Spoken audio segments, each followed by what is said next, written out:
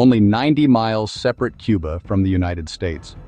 Yet for more than half a century, these two neighbors have been bitter enemies. Their conflict survived the Cold War. It survived the collapse of the Soviet Union. And even today, in 2026, tensions remain. But how did this happen? How did a small Caribbean island become one of America's greatest geopolitical obsessions? The answer involves revolution, economic warfare, assassination plots, communism, nuclear missiles, and one of the closest moments humanity ever came to nuclear destruction. This is the story of why the United States and Cuba became enemies. To understand the conflict, we need to go back long before Fidel Castro. In 1898, the United States defeated Spain in the Spanish-American War. Spain lost control of Cuba, Puerto Rico, and the Philippines. Officially, Cuba became independent. But in reality, the United States quickly became the island's dominant power. American companies poured money into Cuba. By the early 1900s, U.S. corporations controlled huge portions of the sugar industry, railroads, utilities, banks, and telecommunications. American tourists flooded Havana. Luxury hotels, casinos, and nightclubs transformed the capital into a Caribbean playground. But beneath the glamour, inequality grew. Many ordinary Cubans remained poor while foreign businesses accumulated wealth. To critics, Cuba looked less like an independent nation and more like an American economic dependency. The United States also secured a permanent naval base at Guantanamo Bay. More than a century later, the base remains under U.S. control and remains a symbol of unresolved tensions. Throughout the early 20th century, the U.S. repeatedly intervened in Cuban politics. This created deep resentment among Cuban nationalists, and eventually that resentment exploded. In the 1950s, Cuba was ruled by Fulgencio Batista. Batista was a military strongman supported by powerful business interests and tolerated by Washington because he was strongly anti-communist. Under Batista, political corruption flourished, organized crime expanded, and political opponents were brutally suppressed. American mobsters operated casinos in Havana. Wealthy tourists enjoyed luxury nightlife while many Cubans lived in poverty. As inequality worsened, anger spread across the island. A young lawyer named Fidel Castro believed Cuba needed a revolution. In 1953, Castro launched an attack on the Moncada barracks. The attack failed. He was arrested and imprisoned. At trial, Castro delivered a famous speech, "History will absolve me." After his release, Castro fled to Mexico. There he met an Argentine revolutionary named Ernesto Che Guevara. Together, they prepared for war. In 1956, Castro and his followers sailed back to Cuba aboard a small yacht called the Granma. Most expected the revolution to fail quickly. Instead, Castro's guerrilla movement grew stronger. Fighting from the Sierra Maestra Mountains, the rebels gained support from peasants, students, workers, and anti-Batista activists. Batista's government became increasingly unpopular. Corruption, censorship, and police violence fueled public anger. Then, in January 1959, Batista fled Cuba. Fidel Castro entered Havana victorious. Crowds celebrated in the streets. For many Cubans, the revolution symbolized national independence and freedom from foreign influence. Initially, the United States recognized Castro's government. But relations deteriorated almost immediately. After taking power, Castro introduced radical reforms. The government nationalized American-owned businesses, oil refineries, banks, and sugar plantations. Land redistribution programs targeted wealthy landowners and foreign corporations. To Cuban revolutionaries, these policies represented justice and sovereignty. But in Washington, officials viewed Castro very differently. The United States feared the spread of communism, loss of economic interests, and Soviet influence in the Western Hemisphere. Then Castro strengthened ties with the Soviet Union. At the height of the Cold War, this alarmed American leaders. To the United States, a communist ally just 90 miles away represented a direct threat. President Dwight Eisenhower authorized covert CIA operations aimed at removing Castro from power. The conflict was escalating fast.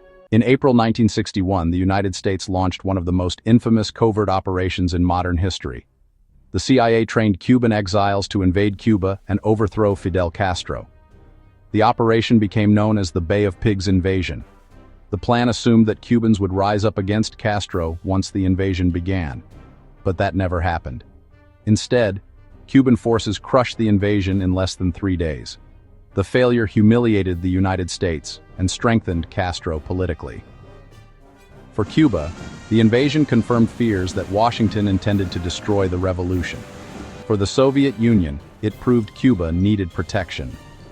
The world was now heading towards something even more dangerous. In 1962, American spy planes discovered Soviet nuclear missiles hidden in Cuba. The Soviet Union had secretly deployed the missiles after the Bay of Pigs invasion. Soviet leader Nikita Khrushchev believed the missiles would protect Cuba, strengthen Soviet power, and counter US missiles in Turkey. President John F. Kennedy responded with a naval blockade around Cuba. For 13 terrifying days, the world stood on the edge of nuclear war. American military forces prepared for possible invasion. Soviet nuclear submarines approached the blockade. People feared World War III could begin at any moment. Finally, a secret agreement ended the crisis. The Soviet Union removed the missiles from Cuba. The United States secretly agreed to remove missiles from Turkey and promised not to invade Cuba. But the damage was permanent. The United States now saw Cuba as a long-term security threat, and Cuba saw the United States as an existential enemy. After the missile crisis, the United States intensified economic pressure on Cuba. Washington imposed a sweeping embargo that restricted trade, banking, investment, and tourism. The goal was clear: weaken Cuba economically and pressure the government into political change. Over the decades, the embargo expanded through multiple laws and sanctions. Supporters argued the embargo punished authoritarianism and defended democracy. Critics argued it mainly harmed ordinary Cubans by limiting access to medicine, food, and international finance. The embargo became one of the longest-running sanctions programs in modern history. Even today, it remains one of the central issues dividing the two countries. During the Cold War, hostility went far beyond diplomacy and sanctions. The CIA launched numerous covert operations against Castro's government. According to declassified documents, American intelligence agencies explored bizarre assassination ideas involving exploding cigars, poison pills, and sabotage operations. Operation Mongoose became one of the largest covert campaigns against Cuba. The Cuban government responded with its own intelligence operations and close cooperation with Soviet security services. For decades, espionage defined the relationship between the two nations.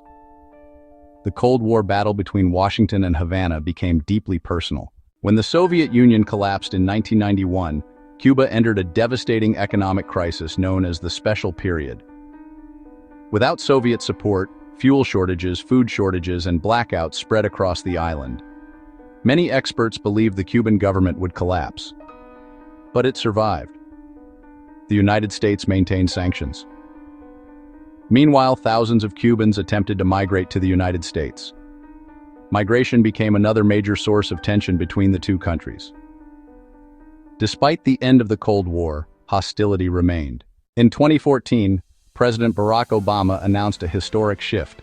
The United States and Cuba agreed to restore diplomatic relations. Embassies reopened. Travel restrictions eased. American tourists returned to Havana. Obama argued that decades of isolation had failed. In 2016, he became the first sitting U.S. president to visit Cuba in nearly 90 years.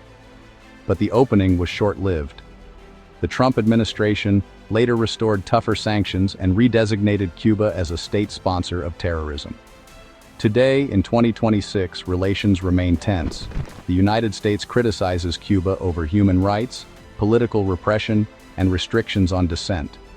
Cuba accuses Washington of economic warfare, interference, and attempts at regime change. Meanwhile, migration and economic crisis continue affecting millions of Cubans. The conflict between the United States and Cuba began with revolution. It intensified through Cold War fear. And it survived long after the Soviet Union disappeared. For more than 60 years, the relationship has been shaped by power, ideology, economics, nationalism, and mutual distrust. Two countries separated by only 90 miles, yet divided by decades of history. Will relations eventually normalize, or will one of the Cold War's final rivalries continue into the future? Let me know your opinions in the comments. If you enjoyed this video, please like and subscribe to Random Facts so you don't miss the next one. Until next time, stay curious.